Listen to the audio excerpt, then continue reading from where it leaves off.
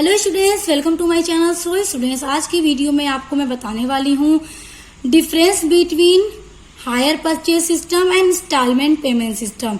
Higher purchase system क्या है वो भी मैं बता चुकी हूँ, उसके ऊपर वीडियो बना लिया, और इंस्टॉलमेंट पेमेंट सिस्टम दोनों के ऊपर मैं वीडियोस बना चुकी हूँ।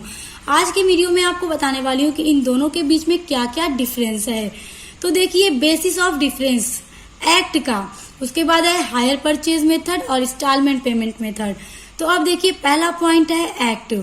हायर परचेज एक्ट 1972 अप्लाइज, यानी कि जो हायर परचेज सिस्टम होता है उसमें 1972 एक्ट लगाया जाता है। हायर परचेज एक्ट 1972 अप्लाई किया जाता है। और इंस्टॉलमेंट पेमेंट सिस्टम में sales of goods act 1930 applies, और इंस्टॉलमेंट पेमेंट सिस्टम में सेल्स ऑफ गुड्स एक्ट 1930 को अप्लाई किया जाता है। उसके बाद दूसरा है नेचर ऑफ कॉन्ट्रैक्ट, यानी कॉन्ट्रैक्ट की प्रकृति कैसी होती है, क्योंकि इसमें एग्रीमेंट बनाया जाता है, एग्रीमेंट किया जाता है और एक कॉन्ट्रैक्ट बनाया जाता है, तो उनका नेचर कैसा होता है। हायर परचेज में देखिए, it is hire purchase contract under which before the payment of last instalment it is like rent agreement and after that it is sales agreement. देखिए, इसमें क्या होता है कि जो पेमेंट होता है इंस्टॉलमेंट में किया जाता है, और जब तक कि लास्ट इंस्टॉलमेंट पे नहीं कर देगा तब तक उसके मतलब जो पेड कर रहा है अमाउंट को उसे रेंट की तरह ट्रीट किया जाता है। It is a sales agreement which may be oral और रिटेन, और इसमें जो एग्रीमेंट होता है वो मे बी ओरल भी हो सकता है और रिटेन भी हो सकता है, और इसमें हमेशा एग्रीमेंट क्या है, कॉन्ट्रैक्ट बनाया जाता है जिसमें रिटेन होता है। तीसरा पॉइंट है पेमेंट। तो हायर परचेज में देखिए, purchase price is paid in future under hire purchase agreement in periodical instalment, यानी हायर परचेज सिस्टम में सभी किस्तों का भुगतान फ्यूचर में किया जाता है और एग्रीमेंट में जैसा लिखा होता है उसी के अनुसार भुगतान किया जाता है। और इंस्टॉलमेंट पेमेंट सिस्टम में देखिए, purchase price is paid in periodic instalment during a particular period, और उसमें जो इंस्टॉलमेंट पेड की जाती है वो एक पर्टिकुलर पीरियड पर पे की जाती है, यानी जो उसकी ड्यू डेट होती है, जैसा कि सेलर और परचेजर के बीच में जो बात की गई हो, जैसा समझौता किया गया हो, उसी के अकॉर्डिंग पर्टिकुलर पीरियड पर पे किया जाता है। उसके बाद आ जाइए ऑनरशिप। अब देखिए, हायर परचेज सिस्टम में ऑनरशिप ट्रांसफर नहीं होती है। Ownership is transfer to buyer after paying the last instalment before which the vendor is the owner of the asset. देखिए, हायर परचेज सिस्टम के द्वारा अगर कोई व्यक्ति बड़ा से बड़ा कोई भी सामान खरीद रहा है, तो जब तक वो पूरी किस्तों का भुगतान नहीं कर देगा तब तक उसे ऑनरशिप नहीं मिलती है। जैसे ही वो लास्ट किस्त का भुगतान करता है उसे ऑनरशिप हायर परचेज में दे दिया जाता है। जब तक कि भुगतान नहीं किया रहेगा तब तक ऑनरशिप क्या होगी, सेलर के पास होगी। जबकि इंस्टॉलमेंट पेमेंट सिस्टम में ऐसा कुछ भी नहीं होता। Ownership is transfer to the buyer after the delivery. इसमें जैसे ही परचेज किया जाता है, ये तो तय हो जाता है कि महीने महीने किस्तों का भुगतान करना है, और जैसे ही डिलीवरी की जाती है सामान की परचेजर के घर, वैसे ही परचेजर को ऑनरशिप मिल जाती है, भले ही वो अभी पूरी किस्तों का भुगतान न किया हो। उसके बाद पांचवा है use. Before payment of the last installment, the purchaser can use the goods, but he cannot sell, mortgage, bailment or make undue use of it.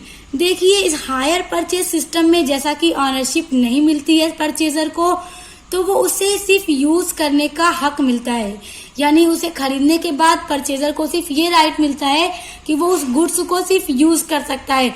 उसे बेचने का या कि बेलमेंट या ये सब करने का राइट नहीं मिलता है। जबकि इंस्टॉलमेंट पेमेंट सिस्टम में क्या होता है, the purchaser can make use of the goods as per his desire. जबकि इंस्टॉलमेंट पेमेंट सिस्टम में परचेजर जैसे चाहे अपने डिजायर पर, अपने इच्छा के अनुसार उस सामान को यूज कर सकता है। He can resale, mortgage, exchange और बेलमेंट इट, और वो जब चाहे उसे रीसेल कर सकता है, मॉर्गेज कर सकता है या बदल सकता है, बेलमेंट जो चाहे वो कर सकता है, क्योंकि उसे ऑनरशिप तुरंत दे दी जाती है। उसके बाद देखिए प्रोटेक्शन। हायर परचेज सिस्टम में क्या होता है कि more protection is available to seller. Hire purchase system में सेलर के पास काफी ज्यादा प्रोटेक्शन होती है, क्योंकि अगर मतलब पे करने में अगर परचेजर लास्ट इंस्टॉलमेंट को पे करने में फेल हो गया तो सेलर के पास ये राइट है कि वो अपने गुड्स को वापस ले ले और साथ ही साथ उसने जितनी भी किस्तों का भुगतान किया है उसे भी फॉरफिट कर ले। जबकि इंस्टॉलमेंट पेमेंट सिस्टम में ऐसा नहीं है। More protection is available to purchaser.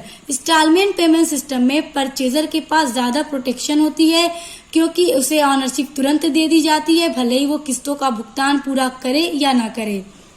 अगला पॉइंट है good title. The sale of goods is unauthorised before the payment of last instalment and the third party can not get good title of the goods.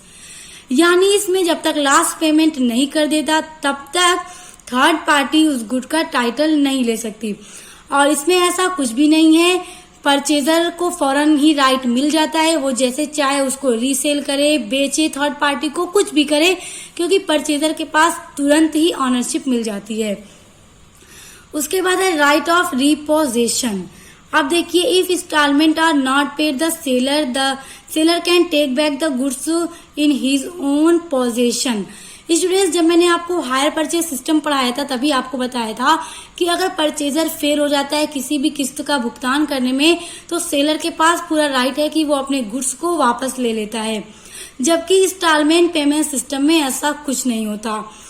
Seller के पास बिल्कुल भी right नहीं होता अपने goods को लेने में, भले ही मतलब परचेजर भुगतान पूरा करे या ना करे, सेलर मतलब कि सेलर के पास ऐसा कोई राइट नहीं है, क्योंकि ऑनरशिप तो इसमें फौरन परचेजर को मिल जाती है।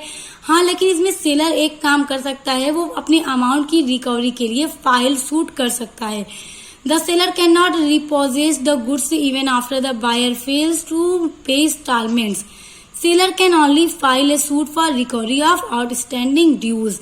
यानी कि जितने भी पैसे अभी बाकी रह गए हैं वो उनके लिए सिर्फ फाइल सूट कर सकता है अपने पैसों की रिकवरी के लिए, बल्कि वापस नहीं ले सकता। और इसमें क्या है कि गुड भी वापस ले लेता है और पैसे को भी जब्त कर लेता है।